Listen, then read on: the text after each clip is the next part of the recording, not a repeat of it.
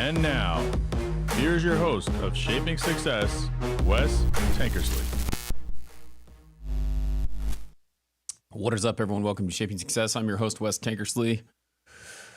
Hopefully this is working because it's kind of annoying the way that it works. It looks like it's working because I can see it in the background on Restream because I've got that pulled up. But we should be live everywhere: Facebook, YouTube, and X or Twitter. Nikki's in the house on YouTube, so that is going out. We can see the comments. If you have comments on TikTok, you can post them. Look a little bit more towards the screen, which has the YouTube on it. If you want to jump in on the YouTube, go head over to Shaping Success with Wes Tankersley and check it out. It has been another rough one. And it's funny because what we're going to talk about today, my friend Jay sent me over this thing on Instagram. And I was just listening to it, and it was a guy who was talking about like becoming a billionaire and some of the things that you have to do in order to be successful. And a lot of them hit home, not all of them, but a lot of them. And it drives me, like it makes me think a lot because like about the current situation I'm going through. My kids have been like sick all the time and it's driving me nuts. What is up, Cece? I feel like they're a walking petri dish, and they go to daycare and they go to school and they're outside because I posted something on TikTok yesterday and people are like, well, they don't spend enough time outside. It's one of those deals where they do that stuff, but they're still sick. And I think that is just one of the things that you run into with kids because they don't have the immunities that we have built up over time. And so it's pretty crazy. What is up, Northern Boy Cowboy? Thank you for the gifts over on TikTok. It's crazy how those things will freeze you. So last night, again, my son has gotten, it seems like the croup, which is kind of like this barking seal cough that you get. And you just don't feel good and he coughs. It wakes him up. And so with that, he doesn't eat. He doesn't, like he's not eating. He's not feeling well, whatever. Well, it just kind of turns into he coughs at night. He screams. He's hungry. He's tired. He's not feeling good. And he's just not well. And it wakes him up. And my wife and I, we typically take turns trading getting up at night. If I'm working the next day and she has the day off, then she will get up if I vice versa. But he wants me. He wants dad. And so I'll get up and I will rock him and he will fall asleep on my shoulder. And then I will pick him up and I'll stick him in the crib. And then he'll start screaming again. Like he'll wake up when I go to go do that. And it just happens over and over and over again. And it won't stop. And it drives me insane because I need sleep. Like I've told you guys multiple times, I function on 8 hours of sleep. If I don't get 8 hours of sleep, I don't function very well. And so this morning, again, I got up yesterday. That's what happened. I got up and I'm like, there's no way. I was up for an hour and a half. I was sleeping with him tried to sleep with him on the recliner, and he just kind of rolled all around and didn't really go to sleep. I fell asleep in and out a couple times for about an hour and a half. And I was like, this is enough. I've had enough. His mom took him, tried to put him back to sleep, and he finally fell asleep. But it's not easy. And so it stops me.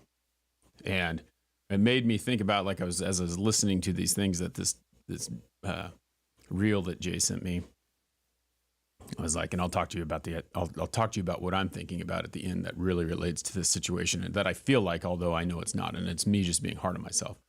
But anyway, let's get to it. We're going to talk about some things that I think this is 10 things that, it's not 10 because I took some of the things out. Some of the things I don't think is really relevant to what we talk about in the morning here. But, we're talking about being successful, talking about moving forward, talking about doing everything we possibly can to be better on this morning coffee, right? And how it relates to me. And I kind of use this as, it's funny, I don't want to be sounding cliche, but it is kind of like therapy. You walk out here and I just get this, I get the chance to kind of like journal, vlog, whatever, and talk to you guys, drink a cup of coffee and have a conversation. So it's super fun. Anyway, we're going to go through these quickly because my wife does have to work today. Hopefully she's on call though, because we need her to be just in case no one doesn't have to go to school. And that's another thing. So with kids being sick, my wife's job, she's a nurse and they hold her pretty accountable at work.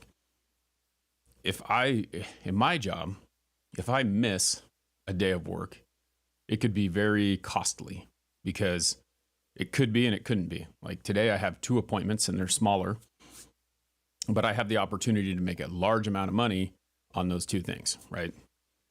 My wife, she goes into work and she makes the same amount of money every single time, I could make 3 or 4 times as much money as she makes in a day, or I could not. But if I'm not working, I don't make any money. So the opportunity with that is kind of tough. So what happens is she usually takes the day off from work when the kids are sick.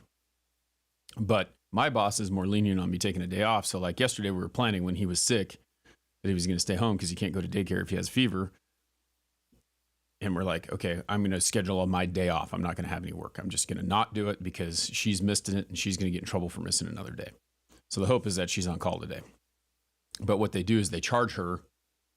They charge her a point every time she misses work. Well, she's been sick. The kids have been sick. She's missed days. And it's not like it's I'm just not going into work, which I can understand why some people abuse that. But on the same token, it's like when your kids are actually sick and you're holding your employee accountable for that. It's kind of tough. It's like, what do you do? And I think that a lot of people go through that. And I think that's what parents go through. It's like, who's going to take the day off because we need to make the money. We need to get the things done. Anyway, that's our situation that we're going through. Let's see here. So if you don't, and this is something that like Gen X, I think, can totally identify with, okay? If you don't come from a rich family should come from you. And I listened to that and I was thinking about it and I'm figuring like, how does that work? And how do we relate that? And I think there's a good and a bad to that statement, all right? Because if you give your kids, and this is what I feel like Gen X was like, because I'm like, no matter what chart you look on, like I'm either Gen X or I'm a millennial, which I don't feel that I'm a millennial because I know how I grew up and I kind of think about all the things that I relate. But I was born in 1980. So if you look at one chart, it says that you're a millennial. If you look at another one, it says you're Gen X. Friend of the show, Wolf, Dogged ID says you're Gen X adjacent at least. Like he considers me a Gen X and I consider me Gen X because I know all the things that Gen X people did and how that went. But one of the things that we were taught was by our parents was go to college, make more money, get a retirement, do all those things because we didn't have that.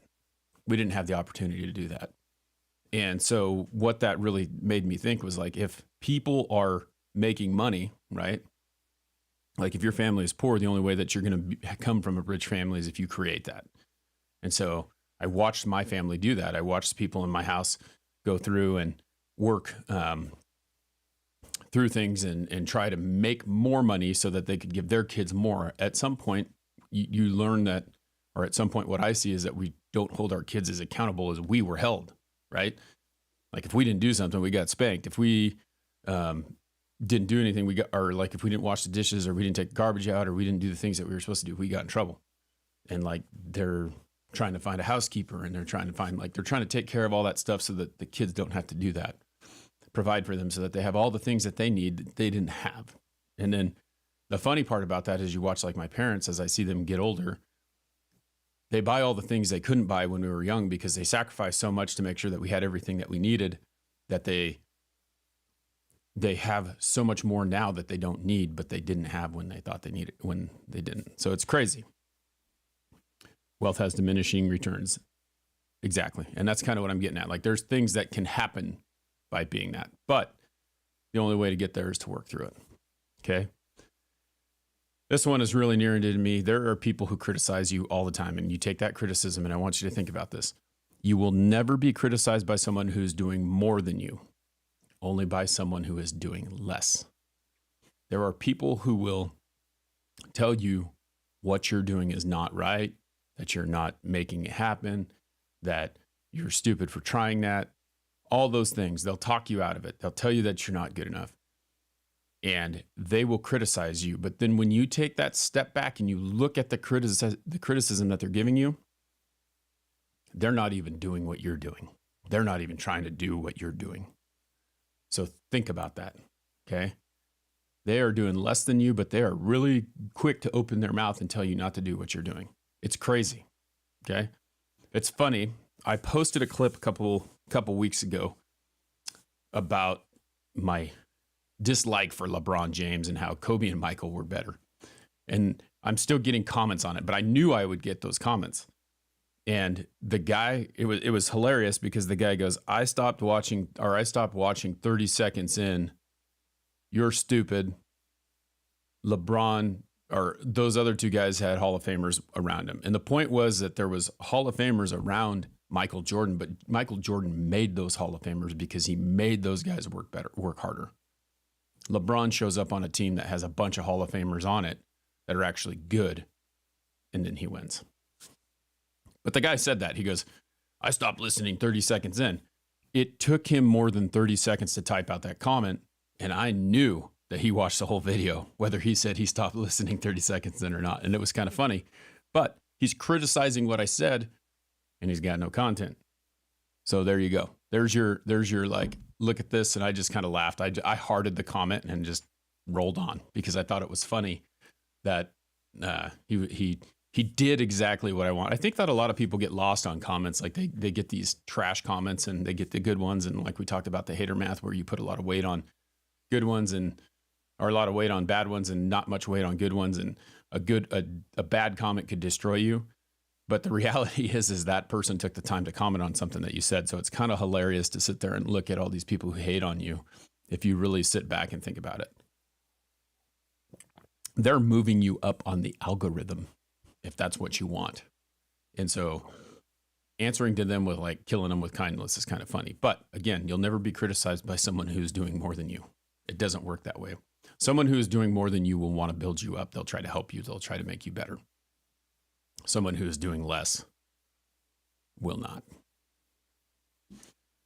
I posted a video about this yesterday. I thought this was a good one on TikTok. If you guys have checked that one out, this was the one that really hit me because I think that as I'm working through things and struggling on trying to find a way to keep moving forward on certain things, I think that we get lost a lot of times. And we're like thinking that we're never going to get a win, right? And I look at this podcast in that way because I was looking at, I haven't been looking at my stats. And I decided that I'm not going to look at my stats till the end of March. That's just going to be the way it is. I'm not going to care about it. But the reason that I did that is because the podcast stats aren't very high. Like they're high, but they're not very high. There's 313 episodes. And I think at the last time I looked, I had like 45,000 downloads over 4 years. Well, it's funny because even though I have all those downloads and people think that you get a lot, like a good podcast gets thousands of downloads a day. And I don't get that. But when I wake up in the morning and I feel this way and I start thinking about things like I didn't want to come out here this morning, I had to talk myself into doing it. I feel good about myself right now for doing it. And I know that it makes me feel better to do it. I'm just tired and I just can't get out of my head. And I think about like, well, what is the return on this? What am I getting? And like, am I going to go out there and am I going to do this for 15 downloads? And like, there are people who are listening. There are people who rely on me. There are people here who understand if I'm not here, but they also really need to hear this in the morning. And you got to remember that even though I'm not getting those downloads that I want and building what, I'm not getting as much as I want, a winner is a loser who tried one more time. Okay, so if I'm losing every single day and I'm getting 15 downloads every single day, and my expectation is that I'm going to get thousands at one point, if I stop today, if I stop tomorrow, that would be the last time, right? So in order to win, you got to keep going because you are one win away, one loss away from winning. So you need to go out there and remember that even though you're not winning right now, the very next step you have could be that one. And I listened to Ed Milet's book and he was talking about the piñata. We've talked about this before. So remember that. When you're a kid and you're hitting a piñata and you swing at that thing 3 or 4 times and the candy doesn't come out, the 5th time could be where you hit that thing right where it needs to be and it busts that thing wide open and you get the candy that you want. Okay, we got 3 more of these. People really get mad when you don't let them use you. People really get mad when you don't let them use you. 100% true right there. You think about that and what they're trying to do. And when I say this could be anything. Like you think about people entitle themselves to you. They think that you should do the things that they want.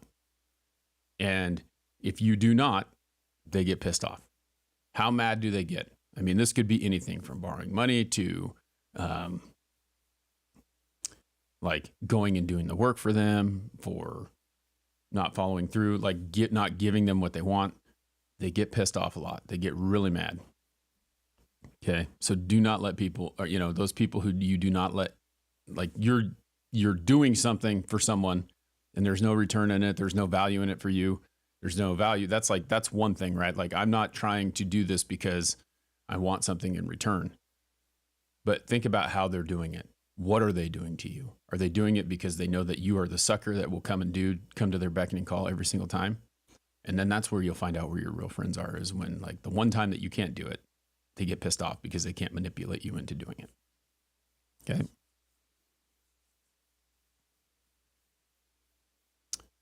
I believe in this one here because I think that a lot of times people brag about what they are. They brag about their achievements. They brag about how good they are. Post dumb stuff on, and if you look at this, I do this from time to time. Post some dumb stuff, right, on your social media if you're trying to grow. Never post achievements. People hate progress. So people are going to criticize you when they see that you're doing better than they are, when you're progressing, when you keep moving. Remember that. I'm not saying that you should never post the good stuff, but remember that people don't like seeing you succeed. And that's just something that you're going to have to deal with. It's a tough one because you're very proud of your success and you're working for it and you're working really hard, but people don't like that. People don't like seeing success. People like seeing you fail.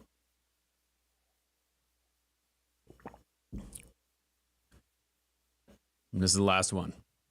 This is the last one that I was thinking about this morning when I was getting ready to not come out here. Okay. And I don't necessarily know that I was being lazy, but I feel that way sometimes in some of the things that I do.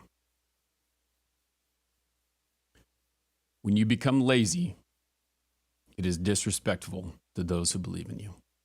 Okay. There's a lot of people who are here every single day that listen to the show, that listen to the podcast, that watch the clips, that comment on TikTok, that comment on YouTube, that comment wherever, that are building me up and helping me to succeed. And when I decided this morning that I was going to come out here, I was listening to that and reading that and thinking, am I being lazy? And who am I disrespecting? Because I truly appreciate every single one of you that is here. I really do. I thank you for your support. I thank you for being here. And just remember that when people go to bat for you and people are working for you and people are trying to help you, when you decide that you're just going to be lazy and you're just going to phone it in and you're not going to do the best that you can no matter what, it's disrespectful to them. And they may not tell you that it's disrespectful, but they may feel it. You do that too many times and you're going to let a lot of people down. Thanks for being here today. Tomorrow we will be doing, Robert and I will be going through the book. I need to give him a reminder text, shoot that to him. We've got another chapter to go through. That book is going to be coming out here really soon. Hopefully here in the next few days on Amazon. And we've been breaking that down. There's a lot of good lessons in his book through his life in general. I want to say thank you to our Patreon supporters, Anna Mellon, Nikki Pavlovich. Thank you to our TikTok subscribers, Nikki Pavlovich, Michelle, Frank Hogue. If you guys want to subscribe to TikTok, hit that little subscribe button right up there. We got 3 subscribers right now. It'd be cool to hit that goal of 10. If you want to join the Patreon, go to at patreon.com/Wes Tankersley. Subscribe to the YouTube. We are getting close to, I think, 3,000 subscribers. So go subscribe to that if you have not. Every subscription helps. And it's comment on some of the posts, watch the videos, go check out the podcast, anywhere you listen to podcasts. And we will be here again tomorrow. Like I said, until next time, I challenge you to find the shape of your success.